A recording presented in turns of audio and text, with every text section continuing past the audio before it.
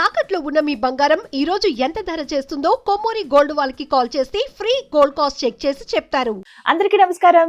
సుమన్ టీవీకి స్వాగతం. నేను గీతాంజలి. ఇవాళ మనతో పాటు ఉన్న అతిథి సుమన్ టీవీ ప్రేక్షకులందరికీ ఎంతో సుపరిచితులు మన నందకిషోర్ రెడ్డి గారండి. అభ్యుదయ ఫౌండేషన్ థింక్ ట్యాంక్ CEO. ఇక వారి గురించి చెప్పాలంటే విశేషంగా ఎప్పటికప్పుడు అప్డేటెడ్ వెర్షన్స్ మనం మాట్లాడుకోవాలి. ఎన్ని దేవాలయాల గురించి విన్నాం. అయితే ప్రతిసారి చెబుతూ ఉంటారు, ఇంకా చాలా దేవాలయాలు ఉన్నాయండి, మేము చాలా రీసెర్చ్ అవి చేసాము, అవి తెలిస్తే చాలా బాగుంటుంది, మన ప్రజలందరూ అక్కడికి వెళ్ళాలి, వెళ్ళి దర్శనం చేసుకోవాలని ఎప్పుడూ ఆ తపన కనిపిస్తుంది వారిలో. ఇందులో భాగంగా వారి రీసెర్చ్ అలా కొనసాగుతూనే ఉంది. ఎనర్జీ పాయింట్స్ ని ఎక్కడెక్కడని గుర్తించడంలో భాగంగా కొత్త కొత్త దేవాలయాలు ఇప్పటి వరకు మనకి బయటకి తెలియని దేవాలయాలకి వెళ్ళి చేస్తూ ఉన్నారు. అందులో భాగంగా 6 పడైవీడు ఈ సిరీస్ ఎంతమంది గుర్తుందండి? చాలా సూపర్ సక్సెస్ఫుల్ వీడియో అన్నమాట అది. ఎందుకంటే ఎంతో మంది, మనకు తెలుసు సుబ్రహ్మణ్య స్వామి క్షేత్రాలు ఉన్నాయని, మళ్ళీ నందకిషోర్ రెడ్డి గారు చెప్పిన తర్వాత ఎంతమంది టూర్కి వెళ్ళి చక్కగా దర్శనాలు చేసుకున్నారు ఆ సుబ్రహ్మణ్య స్వామిని. ఒక పద్ధతిలో చేయాలని చెప్పారు. అయితే ఇప్పటి వరకు మీరు వినని, మీకు తెలియని, దాదాపుగా మీరు ఎక్కడ చూడనటువంటి సుబ్రహ్మణ్య స్వామి వారి క్షేత్రాల గురించి ఇవాల్టి వీడియోలో మనం మాట్లాడుకోబోతున్నాము. ఎంతో ముఖ్యమైనవి. మరి వాటి గురించి రీసెర్చ్ చేసి ఎనర్జీ పాయింట్స్ ఎక్కడ ఉంటాయి, అసలు ఎందుకు వెళ్ళాలి, ఎలా వెళ్ళాలి, ఇవన్నీ మనం నందకిషోర్ గారి మాటలో విని తెలుసుకుందాం. సార్ నమస్కారం. నమస్తే. లాంగ్ గ్యాప్ తర్వాత మళ్ళీ సుబ్రహ్మణ్య స్వామితో. సార్ ఫస్ట్ కుక్కే తర్వాత మాట్లాడింది మీకు గుర్తుందా? రిక్వెస్ట్ పెట్టాను నేను, 6 పడైవీడు చేద్దాం సార్ అని చెప్పి. అది అన్నప్పుడు అసలు మీరు చెప్పే ప్రతి ఎక్స్పీరియన్స్ చాలా సంతోషాన్ని ఇచ్చింది ఆ రోజైతే. అవి విన్న తర్వాత నన్ను పర్సనల్ గా చాలా మంది బయట కనిపించినప్పుడు అడిగారు, ఎలా వెళ్ళాలండి, మాకు ఖచ్చితంగా ఇలాగే వెళ్ళాలా, ఇలా రకరకాల క్వశ్చన్స్ 6 పడైవీడు మీద. మళ్ళీ తర్వాత మేబీ మంత్స్ తర్వాత మళ్ళీ మనం ఇవాళ సుబ్రహ్మణ్య స్వామి వారి క్షేత్రాల గురించి మాట్లాడుకోబోతున్నాము. ఈసారి చాలా విశేషం అన్నారు, మరి అవేంటో చెప్తారా? మనకు ఎందుకు అంటే, మాకు IP అడ్రస్ ఏదన్నా చెప్పాలి అంటే కుక్కి క్షేత్రమే. మాకు ఇంకా సుబ్రహ్మణ్య ఆరాధన మాకు తప్పదు. మాకు భక్తి, మేము కొలిచేది ఎవరన్నా ఉన్నారు అంటే అది సుబ్రహ్మణ్య స్వామి.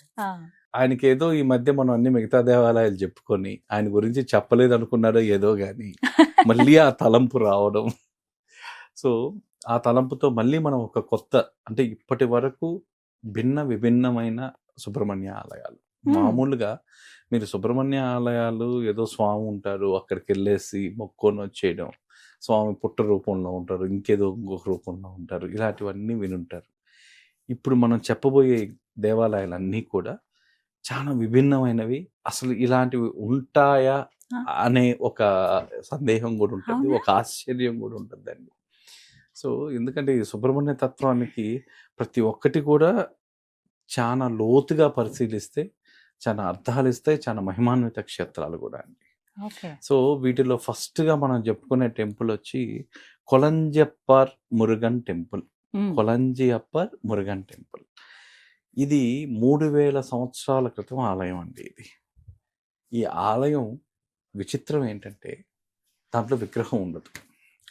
విగ్రహం లేని మురుగన్ ఆలయం. కేవలం అక్కడ వ్యక్తి కాదు, సుబ్రహ్మణ్య శక్తి మాత్రం ఉన్న ప్రదేశం ఏదన్నా ఉంది అంటే అది కొలంజియప్పర్ మురుగన్ టెంపుల్. అబ్బో, మీకు విగ్రహం ఏది ఉండదు. అదేంటి సార్? సో విగ్రహం లేని మురుగన్ ఆలయం, కొలంజియప్పర్ మహిమలు, రహస్యాలు మరియు ఆధ్యాత్మిక శక్తి ఏందో చూద్దాం. ఫస్ట్ గా మీ కోరిక మేరకు దీని అడ్రస్ ముందు ఫస్ట్ అడిగేదే అది కదా. ఎత్తనం అడ్రస్ తో మొదలు పెట్టాం, అందుకే మన ప్యాటర్న్ చేంజ్ చేసాం. సో ఇది మనవల్లనార్ విలేజ్ లో వృందాచలం దగ్గర, కడలూరు దగ్గర ఉందండి. అంటే సుమారుగా చెన్నైకి 220 కిలోమీటర్ల దూరంలో ఉంది, తిరుచికి 110 కిలోమీటర్ల దూరంలో ఉంది. ఈ స్థల పురాణానికి వస్తే కొలంజియప్పర్ మురుగన్ ఆలయము తమిళనాడులో అత్యంత విశిష్టమైన, అంటే టోటల్ గా విభిన్నం. రెగ్యులర్ ప్యాటర్న్స్ రెగ్యులర్ కాదండి, ఇది టోటల్ డిఫరెంట్ అన్నమాట. విశిష్టమైన మురుగన్ క్షేత్రాలు ఒకటి. ఇది ప్రత్యేకత ఏంటంటే మురుగన్ స్వామికి సాధారణంగా విగ్రహం ఉంటుంది, దానికి అభిషేకాలు చేయడం ఇవన్నీ ఉంటాయి. కానీ ఇక్కడికి వచ్చేసరికి ఇక్కడ విగ్రహం ఏమీ ఉండదు, స్వామి వారికి విగ్రహమే ఉండదు. మరి ఏం చేస్తారు సార్ అక్కడ పూజలు? చెప్తాను. దాంట్లో పూజలు ఇవన్నీ కూడా స్వామి అదృశ్య రూపంలో, అదృశ్య శక్తిగా ఉంటారు అక్కడ. అక్కడ ఒక రాయి లాగా ఉంటుంది, దానికి ఒక 3 రంధ్రాలు ఉంటాయి. ఆ ఆ! 3 రంధ్రాల్లో స్వామివారి అబ్బా! శక్తి ఇమిడి ఉంటుంది. ఆ! అది మీకు చెప్తాను. సో, తప్పకుండా. మురుగన్ స్వామి ఇక్కడికొచ్చేసరికి శతాబ్దాల క్రితం ఈ ప్రాంతంలో కొలంజి చెట్లు అని చాలా ఎక్కువుండేది. హ్మ్. అదంతా అడవి ప్రాంతం అన్నమాట. హ్మ్. ఆ తర్వాత పశువులు మేపే కాపర్లు వీరందరూ కూడా ఒక ప్రత్యేకమైన ప్రదేశంలో ప్రతిరోజు ఒక విచిత్రమైన సంఘటన గమనించేవాళ్ళు. హ్మ్. ఏం గమనించేవాళ్ళంటే సడెన్‌గా ఆవులు అక్కడికి రాంగానే ఆవులు ఆ ప్రదేశంలో వాటికే అవి పాలివ్వడం అనేది ఇచ్చేవాళ్ళు. ఆ ప్రదేశంలో పాలిస్తా ఉండేవి. ఒక రాయి ఉండేది. ఆ రాయి పైకొచ్చేది. రాయి పైన పాలు గార్చేవి. ధారగా. ఎందుకు అంటే ఎవరికీ అర్థమయ్యేది లేదు. ఆ తర్వాత రాత్రి వేళల్లో మీరు సాయంత్రం ఒక వాళ్ళ పశువుల కాపరులందరూ పశువులు తోలుకొని ఇంటికి వెళ్ళేటప్పుడు ఒక ఫ్లడ్ లైట్ ఏస్తున్నట్టు ఒక కాంతి వచ్చేది. అబ్బా! ఆ ప్రదేశంలో విపరీతమైన కాంతి. హ్మ్. తెల్లవారుజామున దాకా ఆ కాంతిని చూడడానికే చాలా మందొస్తే వాళ్ళకి సమస్యలు తీరేవి. హ్మ్. ఆ కాంతి వెలుగుతూనే ఉండేది.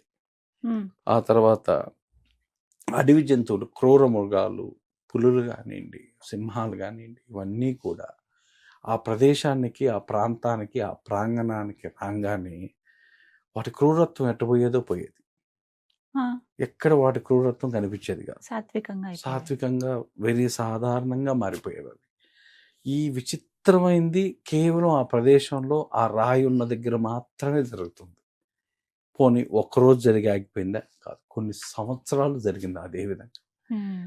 అప్పుడు గ్రామస్తులు ఆ రాతిని తవ్వడానికి ప్రయత్నం చేస్తారు. అసలు ఏముంది రాయిలో అని ట్రై చేస్తే రాయిని కనీసం కొంచెం కూడా కదిలించలేకపోతారండి. ఆ! కొంచెం కూడా. ఎంత పరిమాణంలో ఉంటుందండి ఆ అంటే రాయి? మామూలుగా ఒక చిన్న బండ లాంటిది. ఒక హుహు. చిన్న మనం కూర్చునే అంత బండ సైజు. అది ఏమి చేసినా కదలదు. హ్మ్. గడ్డపారలతో దాదాపుగా అక్కడున్న ఒక పుస్తకం దీని ప్రకారం అయితే లోకల్‌గా 30, 40 మంది గడ్డపారలేస్తే కూడా కదలలేదంటారు దాన్ని. బాబోయ్! హ్మ్. అస్సలు. ఆ తర్వాత వాళ్ళు ఇంకొంచెం ఎక్కువగా హార్డ్‌గా చేసేసరికి వర్షం పడడం మొదలుపెట్టింది. హ్మ్. సో, అప్పట్లో భయపడిపోయి ప్రకృతి నుంచి. ఆగిపోయారు.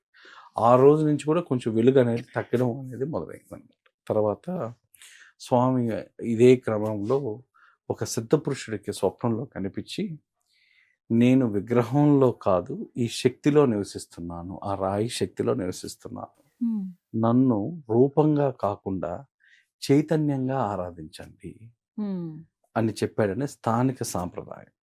అందుకే ఇక్కడ శిల్పరూపం మూర్తి కాకుండా శక్తి పీఠంలాగా ఉంటుంది. ఆహా! ఆ రాయే ఒక శక్తి పీఠంలాగా ప్రధానంగా పూజింపబడుతుందని. హ్మ్. ఈ రాయికి 3 రంధ్రాలు ఉంటాయండి. హ్మ్. అవి అందరికీ కనిపిస్తే అని.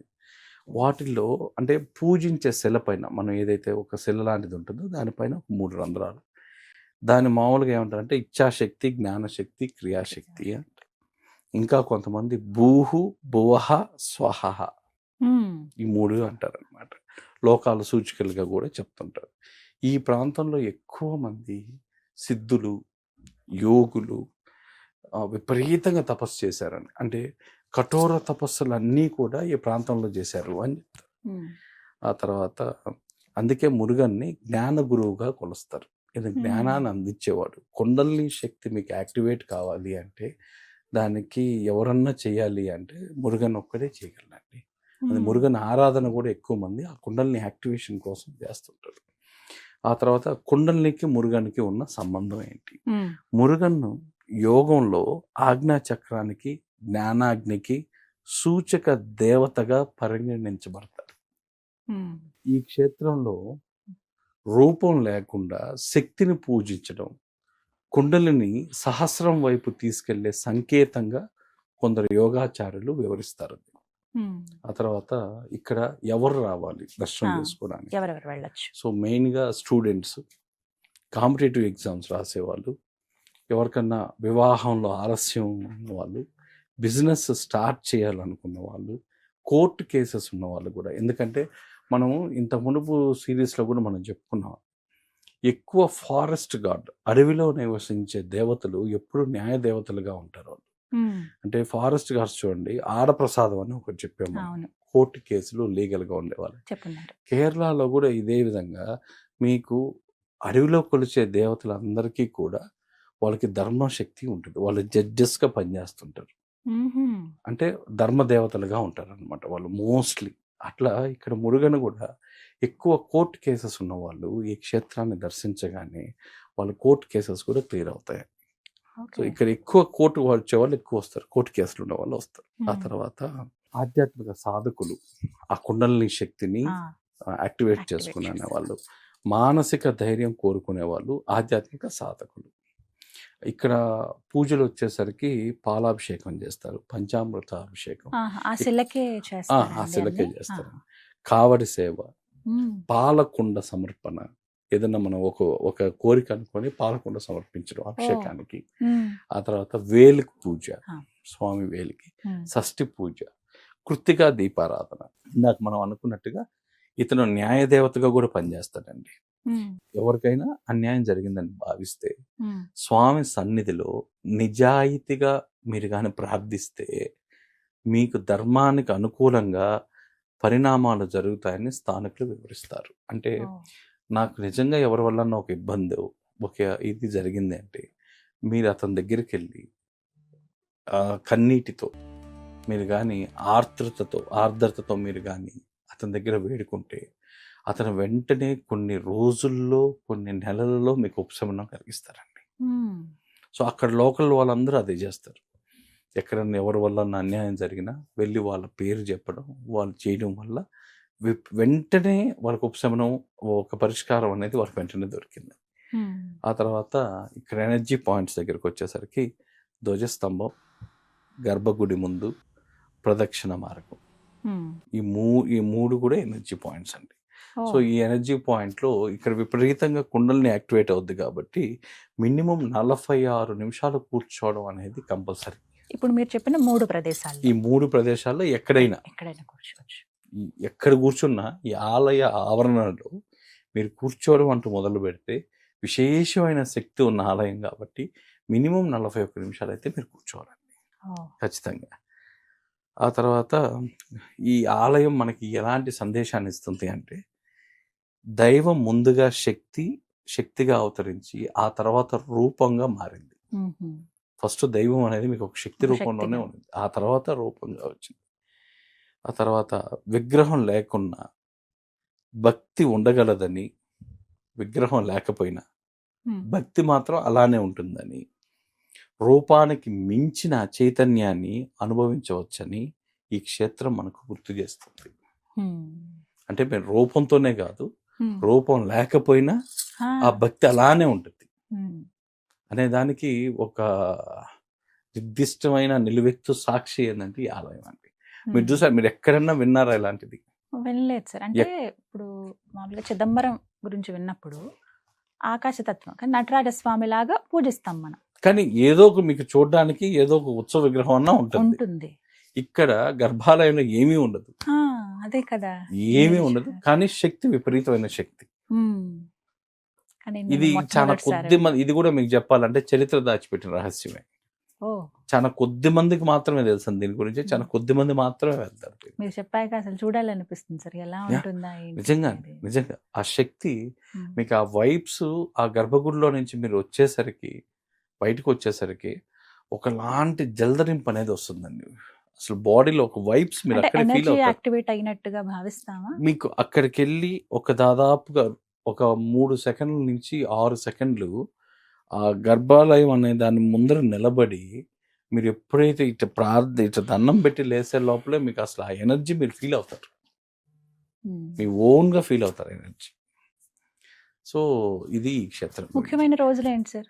ముఖ్యమైన మంగళవారం, షష్ఠి రోజు. మంగళవారం వెళ్ళొచ్చు. మీరు చెప్పినటువంటి పూజలన్నీ జరుగుతాయి. కానీ ఈ ప్రదేశాన్ని అందరూ ఎందుకు వెళ్ళాలి అంటే ఆ రూపం లేకపోయినా, వ్యక్తి లేకపోయినా శక్తిని ఫీల్ అవ్వాలి అంటే మీరు వెళ్ళాల్సిన ప్రదేశం ఏదన్నా ఉంది అంటే ఈ మురుగన్, కడలూరు దగ్గర. థ్యాంక్ యూ సార్, చాలా చక్కటి ఇన్ఫర్మేషన్. ధన్యవాదాలు.